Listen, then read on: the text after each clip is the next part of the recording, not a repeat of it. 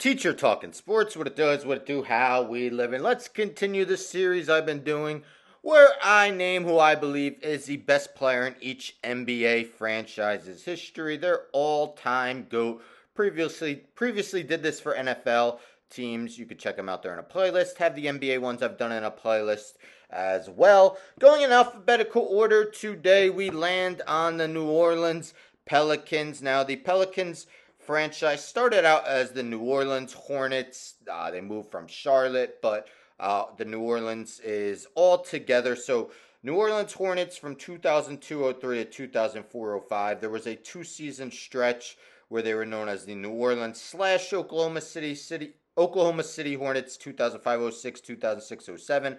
Back to New Orleans Hornets 2007-08 to 2012-13, and have been known as the New Orleans Pelicans since. Not all that much great play from the franchise. They've never made a conference finals in the 23 total seasons. Now, 2 years ago, I did my NBA Mount Rushmores by teams where I attempted to name the 4 best players in each franchise's history. So before I name the GOAT, I've been revisiting those Mount Rushmores, deciding if I would make any changes. The Pelicans, there's 2 active players that really I considered putting on here. I decided not to, although I do think a healthy season from Brandon Ingram, if he's still on the team next year, would put him on. But anyhow, in alphabetical order by last name, I included Anthony Davis, played 7 seasons with New Orleans, led the league in blocks 3 times. Drew Holiday, he played 7 seasons as well with New Orleans, was a all-defensive team member twice. Chris Paul played his first 6 seasons in the NBA with New Orleans, led the league in assists twice, and David West, twice an All-Star while with New Orleans in his 8 seasons with the team. Some honorable mentions, of course, Brandon Ingram, Zion Williamson as well. Just not enough games played. Let's hope for some healthy seasons from him. Otherwise, Baron Davis, not too many guys really have had lengthy careers for New Orleans. But in the end, this was tough. It was really between 2 guys. I decided to go with Chris Paul. Paul was selected with the 4th overall pick in the 2005 draft by the New Orleans Hornets. Played again his first 6 seasons with the team. An all-star in each of the last 4. Was named Rookie of the Year in 2005-06. Had MVP finishes of 2nd, 5th, and 13th with the team. Made the All-NBA first team once, All-NBA second once, and All-NBA third once. Made 2 All-Defensive second teams and 1 All-Defensive first team. Let's take a look at his season-by-season numbers via his basketball reference page, and this is just listing his time with New Orleans. He also had finishes of 6th, 7th, and 12th in Defensive Player of the Year voting with the team. As mentioned, led the league in assists twice, back-to-back seasons, 11.6 in 2007-08, 11.0 in 2008-09. Also averaged double-digit assists the following year. Led the league in steals 3 times.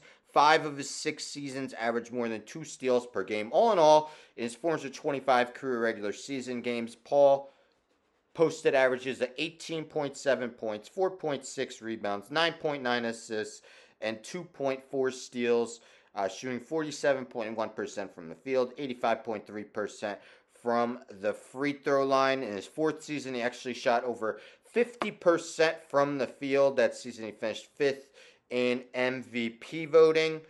Shot well over 80% from the free throw line every season he was with New Orleans.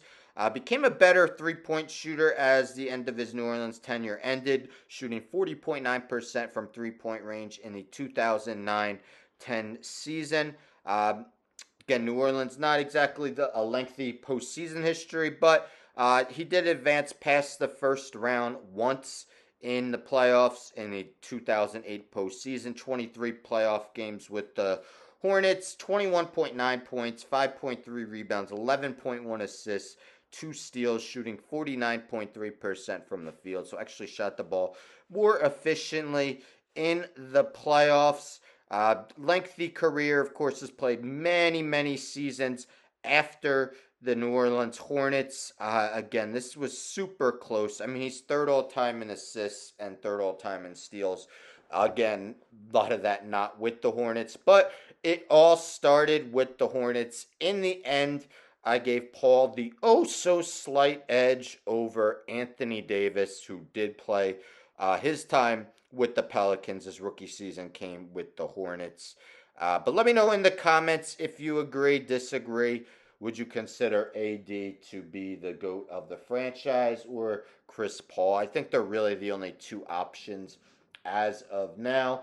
With all these, I've been taking a look at the active roster, deciding if anyone has a chance to overtake the GOAT, be Mount Rushmore guys, or be honorable mentions. I already mentioned two as honorable mentions.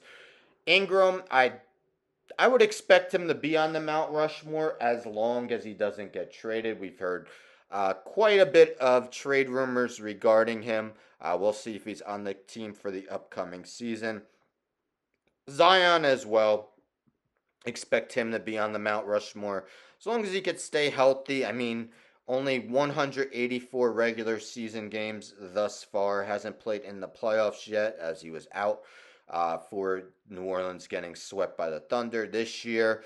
Does he have a chance to overtake Chris Paul? Sure. I mean, he turned 24 yesterday. So if he were to able to find a way to remain healthy, stay with the franchise for a good amount of time, then I could potentially see it. I mean, Chris Paul played 425 games with the team. Zion, again, at 184. So, I mean, if he gets in that 500, 600 game range, makes some playoff teams with New Orleans, yeah, I could see him overtaking Chris Paul. But again, he needs to stay healthy. But stay tuned for tomorrow. We'll take a look at who I think is the GOAT of the New York Knicks. Anyhow, don't forget to subscribe. Tell a friend to tell a friend to tell a friend to subscribe. Like the video, share the video, hit the bell for notifications. I'm out.